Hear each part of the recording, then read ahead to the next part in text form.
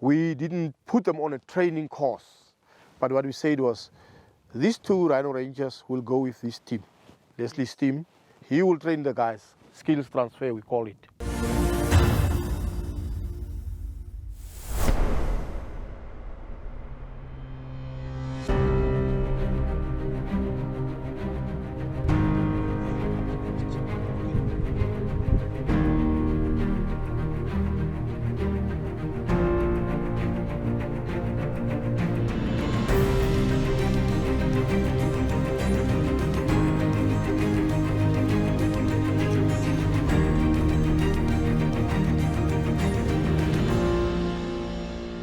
So the origins of the Conservancy Rhino Ranger program really sort of resides in the recognition in a number of trends that seem to be emerging back about a decade ago, about 2010. And this was before any of the poaching had reached Namibia, although we had been catching wind of everything, obviously, in South Africa.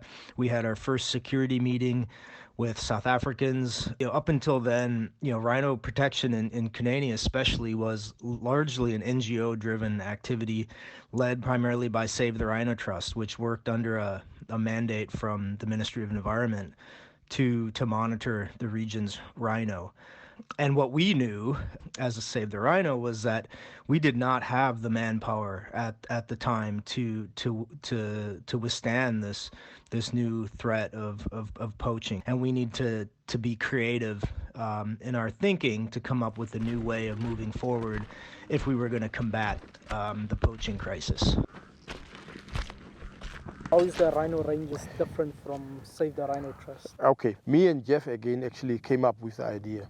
So Jeff is your scientific... Yeah, he's my scientific advisor. Yes. So, and we said, why don't we carry on with this thing? You try and raise some funding, and I will put everything in place, because I have so much of a say, and I'm a partner with the government and the conservancies. So we draw up a MOU with the conservancies, and we tell them, look, we will want 2 guys from each rhino custodian conservancy. At that time there were, I think, 14. Yes. Yeah, there were 14 that signed agreements. Because when we put the rhinos into the conservancies, they signed agreements with the government that say they will be looking after the rhinos. And I signed also a MOU with them to say that I will back you up. And I had an agreement with the government that says they give us the responsibility due to all the training, tourism, and everything in the Northwest region with rhinos, and report directly back to the government and send all the IDs and stuff that we had to the government. We saw this huge opportunity that was really just waiting, and the question was to work with the local communities much more. And through the conservancy model, there was the obvious opportunity here to engage and empower a lot more, particularly for rhino protection.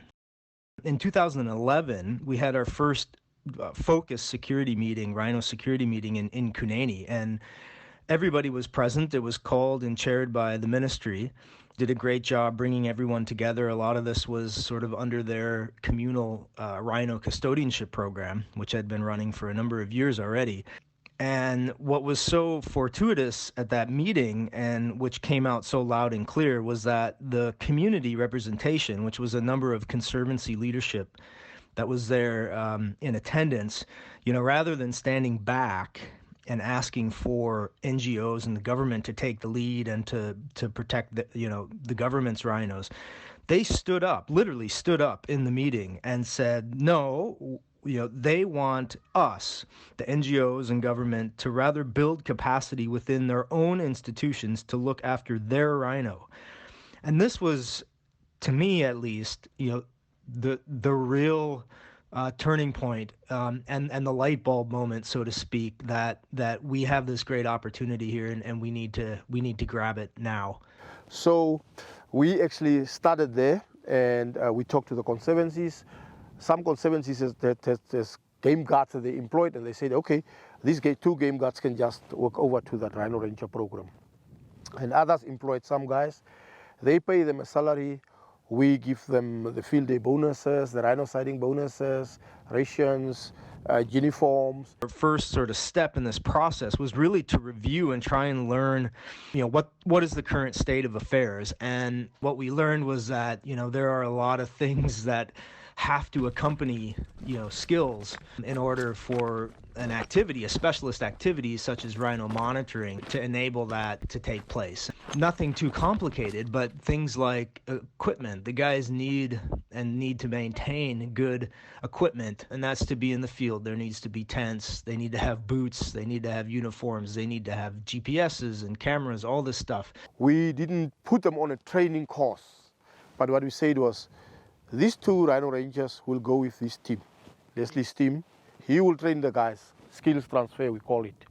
And they need to have transport. A lot of the Rangers lived, far away from where the rhinos actually were, and you can't expect them to walk there to go do their patrols. So all these things were very illuminating to learn, but they really presented a clear sort of roadmap to how to get this new program initiated. Save the Rhino Trust have really tried and tested this local level monitoring program for nearly 30 years. Save the Rhino Trust are almost entirely made up of local community staff anyway. They were willing and ready to commit was to appoint and employ their own staff to be delivering this rhino protection. And together, the two parts, the incentives and the community leadership was what formed the core of this ranger program. Through this partnership, this multi-stakeholder partnership, we were essentially, creating something much bigger than any single one of us would be able to contribute with the teamwork element. I have given them training on scene of the crime, how to handle a crime scene, what to do, and also how to fill in a rhino ID monitoring form, also complete.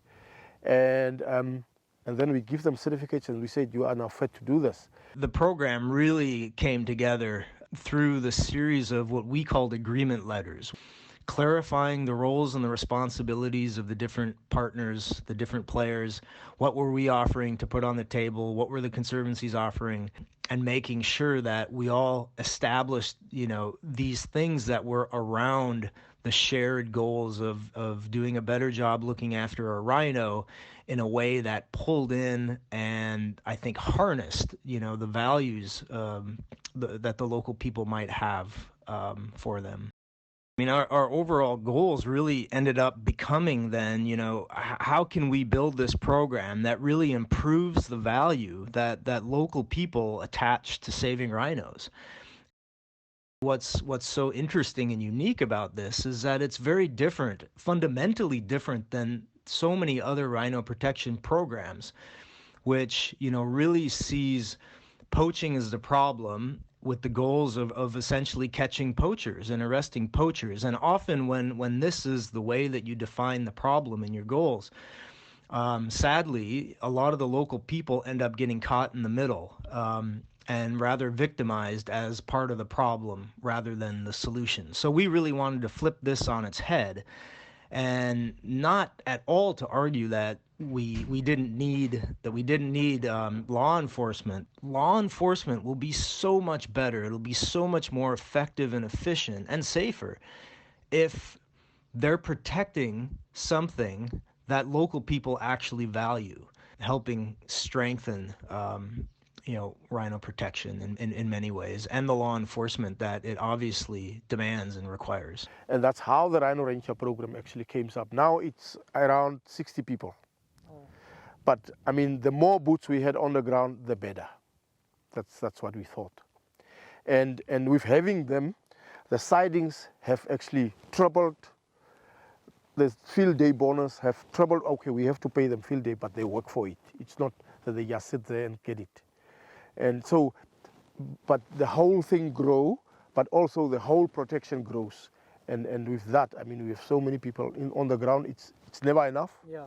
But still, because the area is so big, it's about 25,000 square kilometers that we're talking about. And we try our best, and that's actually how the Rhino Rangers came up. They are directly under me and Leslie. He is deploying them and do everything, yes. But they work for the conservancies.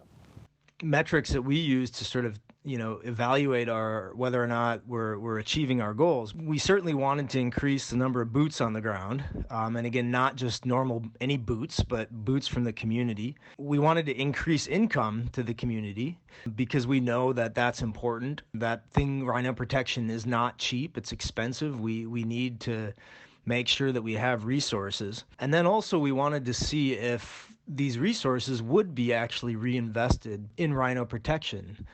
Whether or not the community did feel empowered enough to do this on their own. And I think the results speak for themselves. I mean, we've increased the patrolling effort since the program started by 12-fold, for 1,200% over the past 7 years. I mean, that's pretty astounding. The income to communities with about 4 or 5 new rhino tourism enterprises has also metastasized.